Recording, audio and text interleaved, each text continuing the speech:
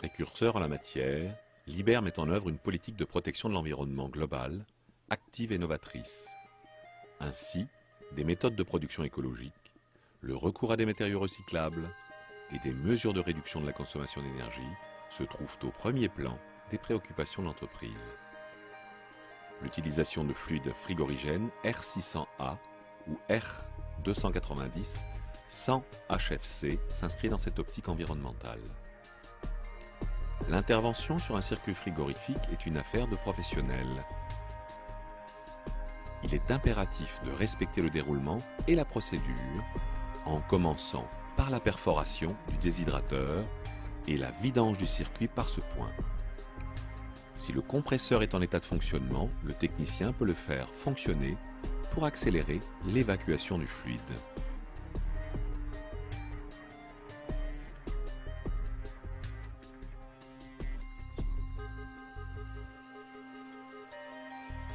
Le tube doit être parfaitement propre.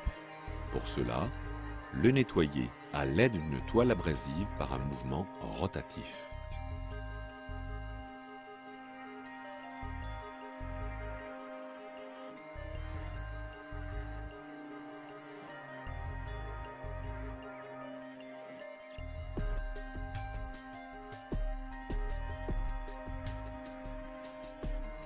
Veillez à ce que la coupe soit propre et sans bavure.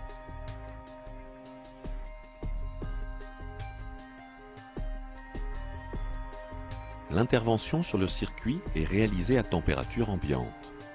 Attention, dans le cas d'un congélateur, dont l'évaporateur serait à température négative, il faut soit attendre que la température remonte à un niveau positif ou purger l'évaporateur à l'azote avant l'intervention sur le circuit.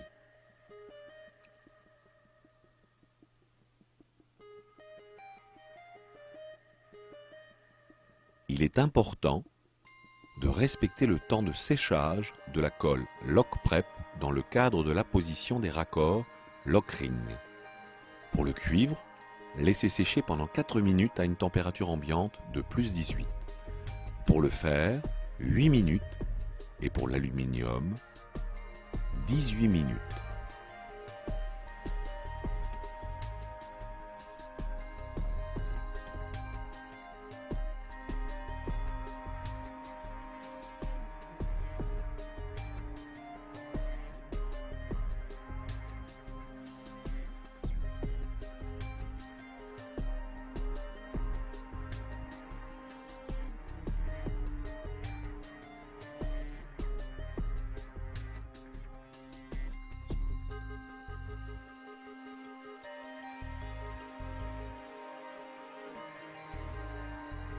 Comme à chaque ouverture d'un circuit frigorifique, il est nécessaire de remplacer le déshydrateur.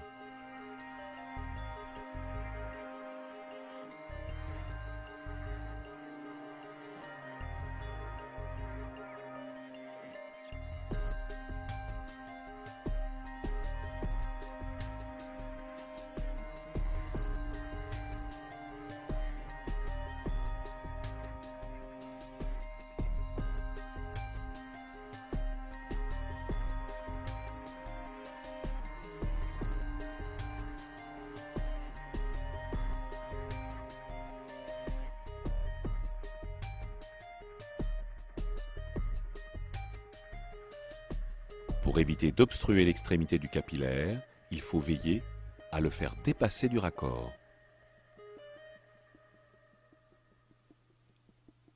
Appliquez ensuite quelques gouttes de Lock-Prep et tournez le raccord pour bien répartir la colle.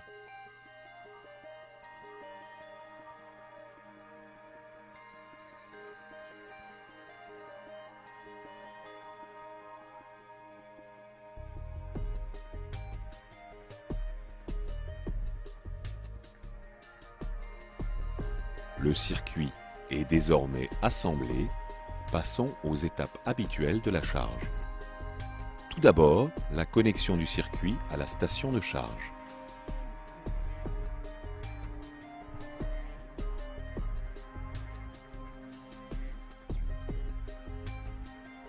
Relions à présent la bouteille de fluide R600A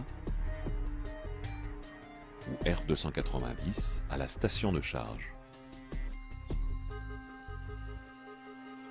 La nature et la quantité de fluide sont indiquées sur la plaque signalétique de l'appareil, en l'occurrence 45 grammes.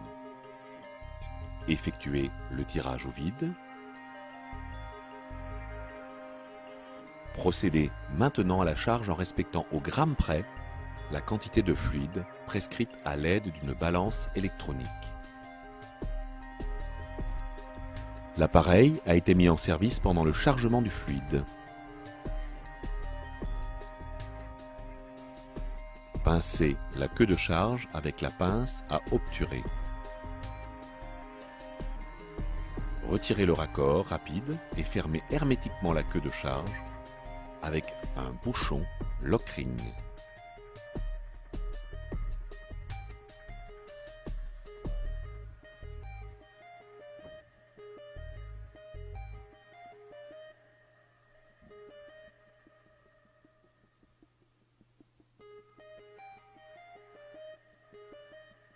Le process d'intervention concerne les circuits frigorifiques simples, composés d'un compresseur, condenseur, déshydrateur, capillaire et évaporateur, à l'exclusion des circuits à électrovanne.